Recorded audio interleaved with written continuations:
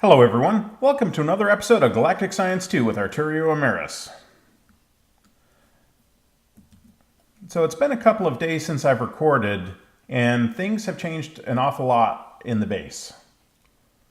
I decided I needed a lot more room, and also I was trying to look and see if there were any hidden items in the upper part of the pyramid. So I tore everything out, lit everything up, and did the same thing for the upper part. So this should all be unspawnable because it's got half slab on the roof. We'll go up and look at that.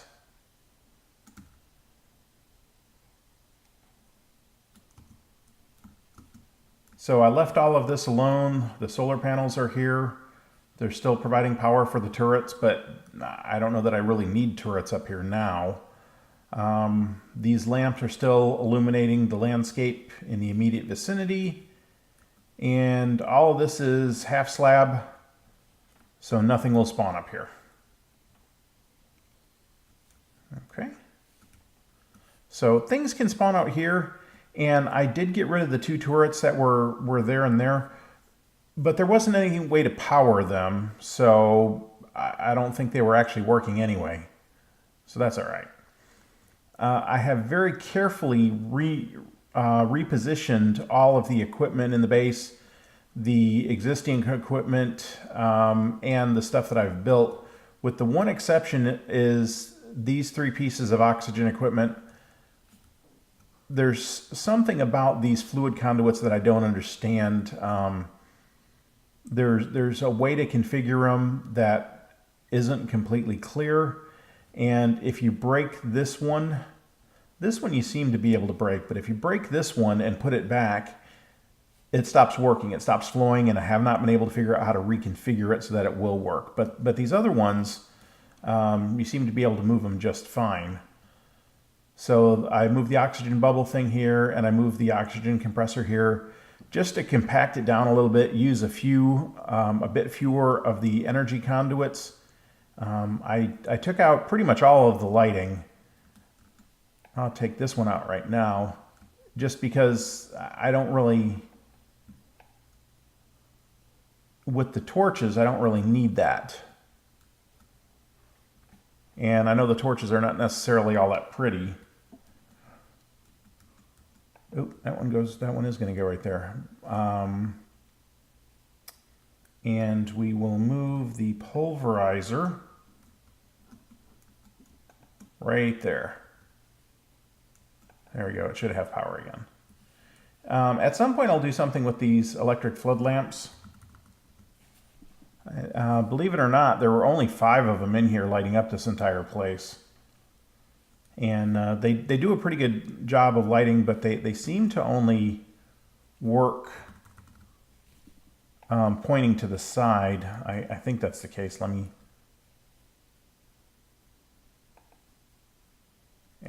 this thing. There we go.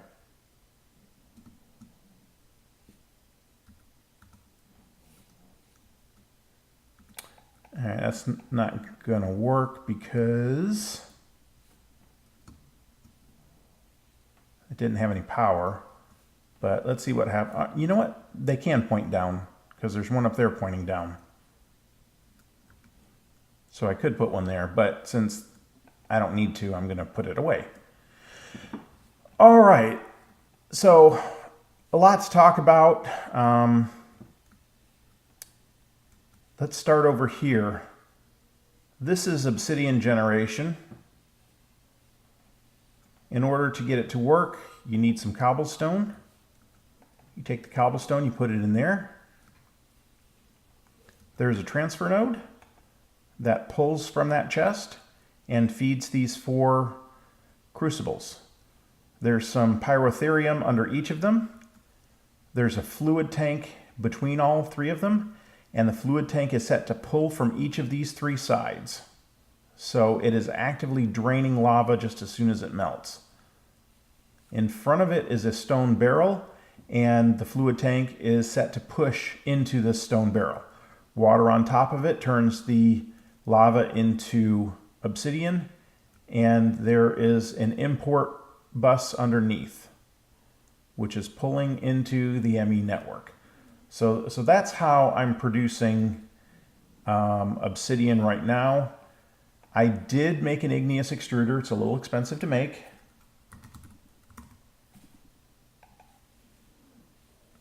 You know, it's quite a bit of iron, it's quite a bit of redstone, but it's doable. The power is actually not that bad. The problem is this uses a tremendous amount of water. It uses 4 buckets of water for every piece of cobblestone it makes. So that's not a terribly effective way. Water's too precious for that. And I had it set up that I could go here. If I put a bucket of water there, it would just turn on and it would just automatically generate cobblestone. Lava lasts a very, very long time. If you set it to stone or obsidian, it uses more. I don't remember the exact ratio, but it uses, like, I think, I'm not even sure how much, but it's a very, very small amount of lava. Now, at some point, what I may do is I may make some more pyrotherium, and I may make another one of these setups because this is not that expensive to make at this point. And I may feed lava directly into it, possibly, maybe. The question I have is, if I feed lava into it and I feed water into it, will it be an over unity gain for the amount of cobblestone it produces? Because the cobblestone would feed it to produce the lava, and the lava would feed it to make the cobblestone. Would it be over unity? I don't know. So I'm really getting cobblestone 2 ways. I'm getting it from moon dirt, and I could get it from this way, but I'm not. So over here, I made 2 more sieves, and they're not awful at this point to make. One of the auto sieves, it does take some wool, and honestly, the easiest place to get that is from decomposing fishing rods. You'll get the components to make string, so you make the string, and then you make the wool out of that. And the iron and the redstone is kind of bad, but it's not too bad, so I made 2. And these are set. Oh, those are the import buses. These are all set to automatically put moon rock, moon dirt, and moon turf in. So if I go grab some real quick,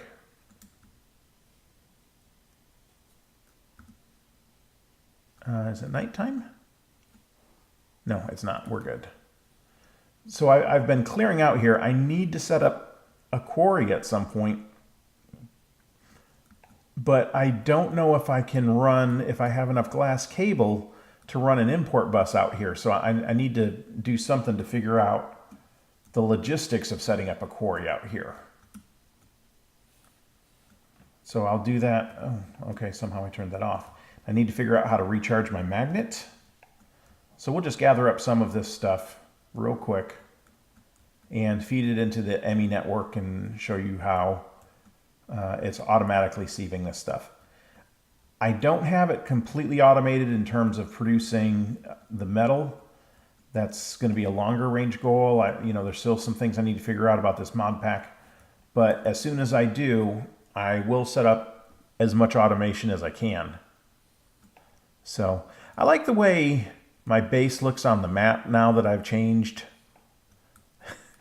It just looks a little different to me. I like it. I saved all of the material that the pyramid is made of, so if I ever wanted to expand or put more floors in, I've still got the material I could do that.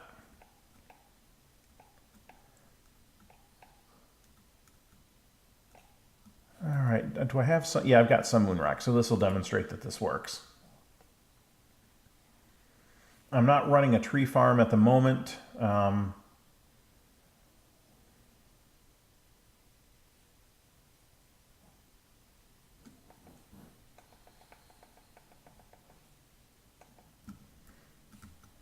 Okay. So as you can see, these are going down slowly. The moon dirt and the moon turf are they not running? None of them are running. Let's see, it's going in there. Okay. Yeah, the problem is there are acceleration cards in there. It should be filling these.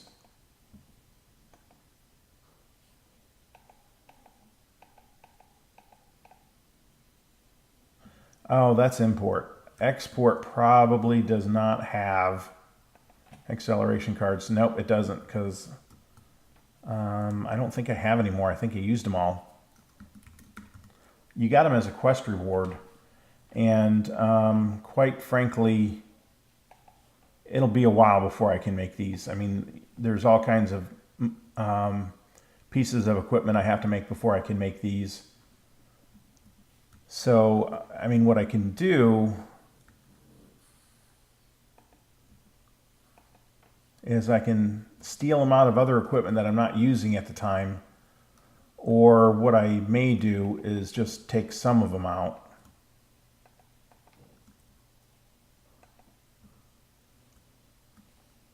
Yeah, let's try that. We'll take 2 out of each.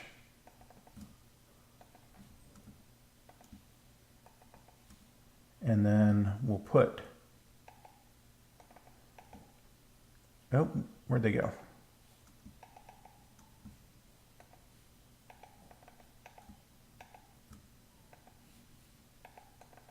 There we go. And that should make them at least a little bit faster. Okay, they're all running now. And there's 2 in there and 2 in there. These are the synthesizers.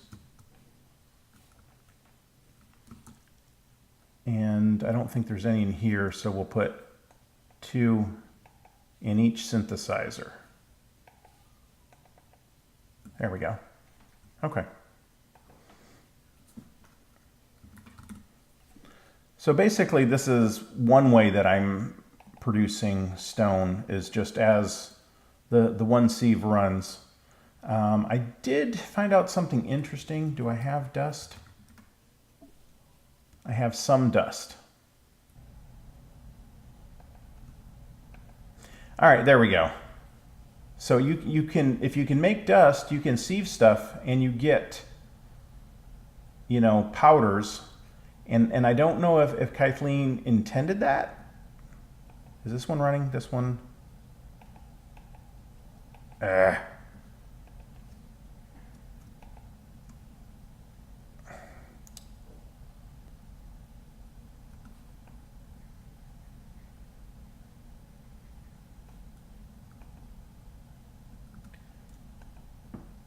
Turf from dirt. It's not auto-filling. That's the import bus.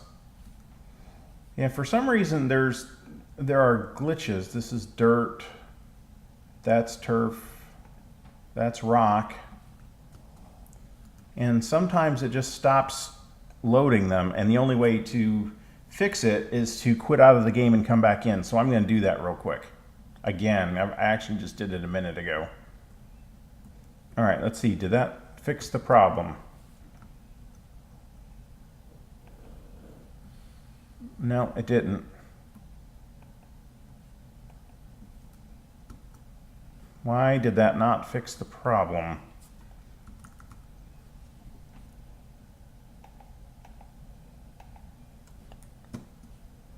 Now this does work.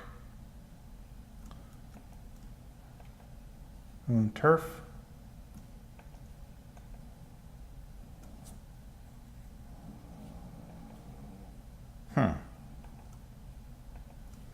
Where's my pulverizer? Make some more dust. Yeah, but the dust that I have sifted, I got a little bit of skystone dust and a little bit of Certus quartz dust.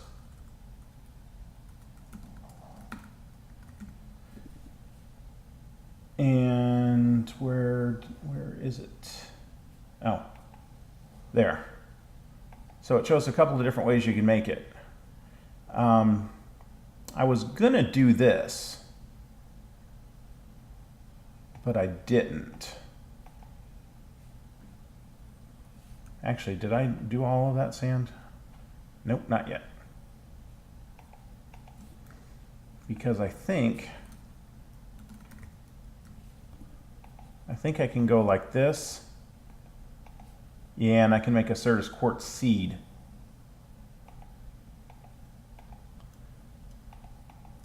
And if I get a bucket, or actually I don't need a bucket, I've still got ice. I've got quite a bit of ice.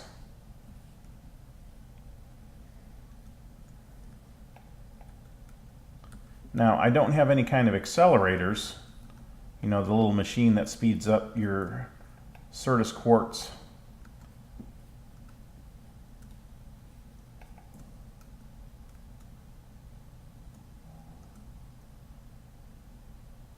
I think this works. So I don't know how long this takes. I don't know if I made a mistake by putting 2 in there. I mean, it kind of looks like something's happening. There's little particle effects happening. But I know it takes a really, really long time without those crystalline growth accelerators. Oh, yeah. I'm trying to make ender pearls, which I actually am making ender pearls. I have 20 of the lasers now. And I have made 2 pearls up till now. You just need more than that.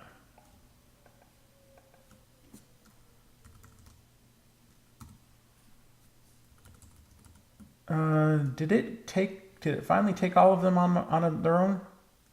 I don't know. All right. Anyway, some of the things that I wanted to show that I can do with this setup. Like I'm just going to do this real quick just so that I have the right amount. I can take hydrogen and oxygen,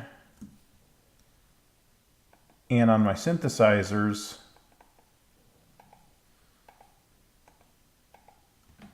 I can make water. And, you know, it's a manual process for now, but eventually it won't be. And then you can just go over here and I can just add them. And each one of these, I think, is, I think each one is 8 buckets of water, or is it 16? 173, so if it's 8, it'll be 181. Yep, okay, so it's 8 buckets each. And when I was using the igneous extruder to make cobble, I went through all the water I had. I had more than 1,000 buckets of water at one point, and I used it all. And where the tremendous stockpile of carbon, hydrogen, and oxygen came from was the tree farm that was out front. I used shears to harvest the leaves, and leaves are the best source of cellulose, believe it or not. And then the cellulose I decomposed into hydrogen, carbon, and oxygen. It produces hydrogen and oxygen in an exact ratio to produce water, so it leaves you with a lot of carbon left, and I use the carbon to make diamonds. So I can go grab a whole bunch of this, and that's between mining the moon rock and between the lasers over here, or I mean between the leaves over here. That's where I got all the diamonds for those lasers. So we'll leave that one set up. And you know what I should do? I should go grab the journal. And what is it set to? Oh, it's set to water at the moment. Oh, that's interesting. It took my journal. It pulled it out. So that's kind of a side effect. Okay, so first I would make carbon nanotubes, put it in there, and it'll pull the journal out automatically. And then I'll just fill it with carbon as much as it'll hold. There we go. And carbon nanotubes, which I can use to make diamonds. But I'm trying to save some of it because, oh, that one, last one was oxygen. Actually, there's a fair amount of oxygen in here. There we go.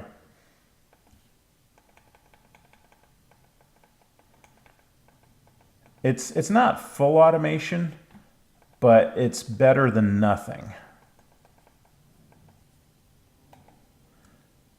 All right, so how many nanotubes do I have right now? 25. I need 2 more. Decomposer. I need 5 more.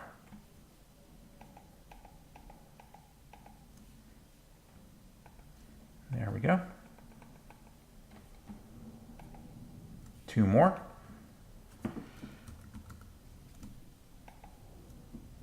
And then we can go over here, we can get rid of this recipe, and I could pull it out of the journal because it's in the journal as well, but we'll just do it manually. There. 1 block of diamond.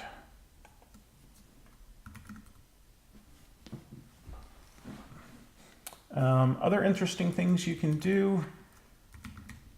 I didn't get any fishing rods, which is unfortunate. Nickel. Do I have any iron in elemental form? I have a little bit. I don't have enough.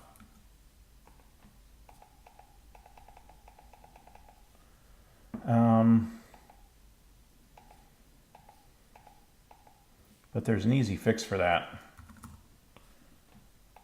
I'll grab one of those. Decomposer. And they have,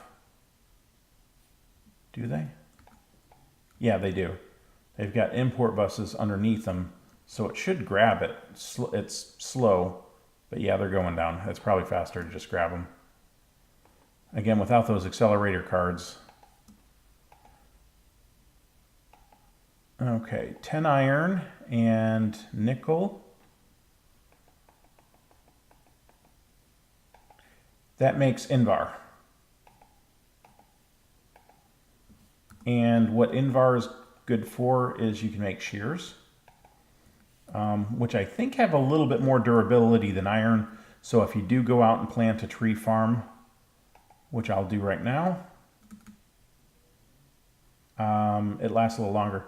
Now the bad thing about this is if you get tall trees, that they take a lot longer to chop down.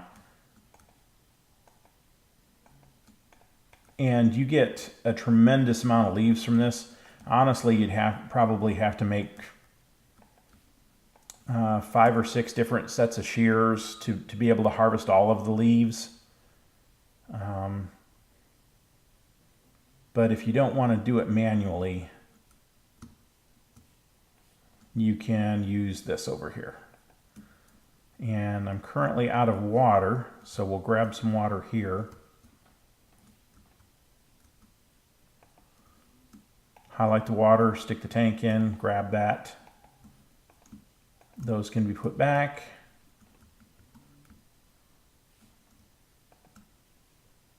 Yep, and it'll start draining water out.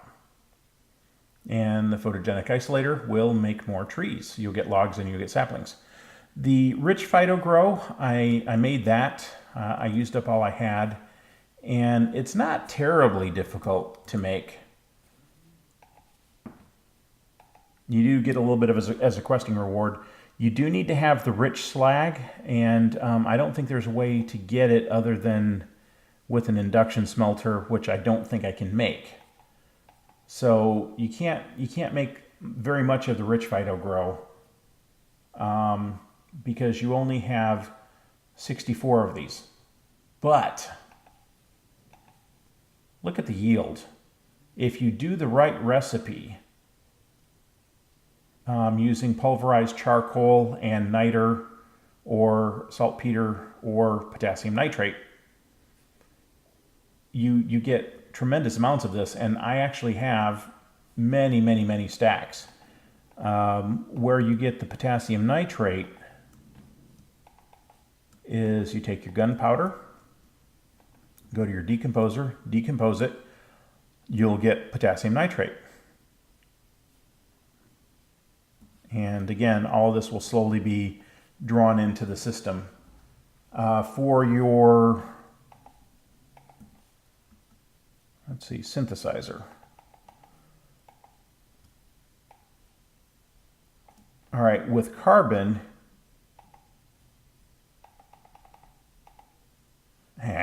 okay. That's so touchy. With carbon, you can either make coal directly,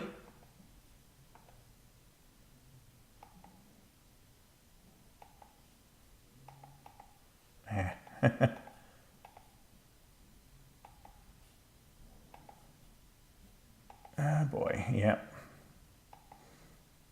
Or you can make charcoal, okay? So I could just make some charcoal. And I probably already have some in here. And then I've got a bunch of coal. Just go over to the pulverizer, throw the coal in there, and you get pulverized coal dust. I think you also get sulfur occasionally. Yeah, so you get your pulverized coal, and use that to make your phyto. And if you do eventually run out of the rich phyto grow, and you need to make the lesser stuff, you just use slag. And even the slag has pretty good, you know, if you use the right recipe. Don't use the sawdust or the wood chippings. Use the potassium nitrate and the pulverized charcoal. So the lesser one you want to use charcoal for. This one you want to use, I guess use charcoal for both. It gets a little confusing. There's a lot of neat stuff you can do with MineChem. I'm still kind of learning what all you can do with it. So let's just put some of that in there. Yeah, okay. So I should have some obsidian in here.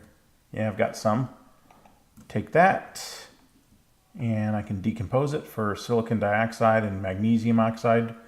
And I got a couple of storage cells as quest rewards for various things, so I don't have quite as much of a crunch for storage, but eventually I will start filling stuff up again. What else do I need to show? What else do I need to show?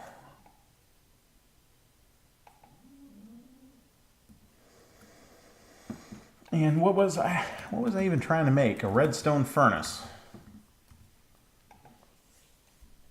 So I need 2 things of bricks, which I think I have enough now. I need a copper gear, which is not a problem. I need a machine frame, which isn't a problem.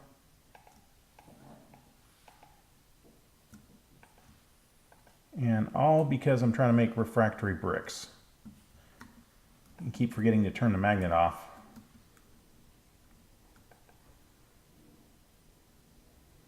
Yeah, it's going to be a while.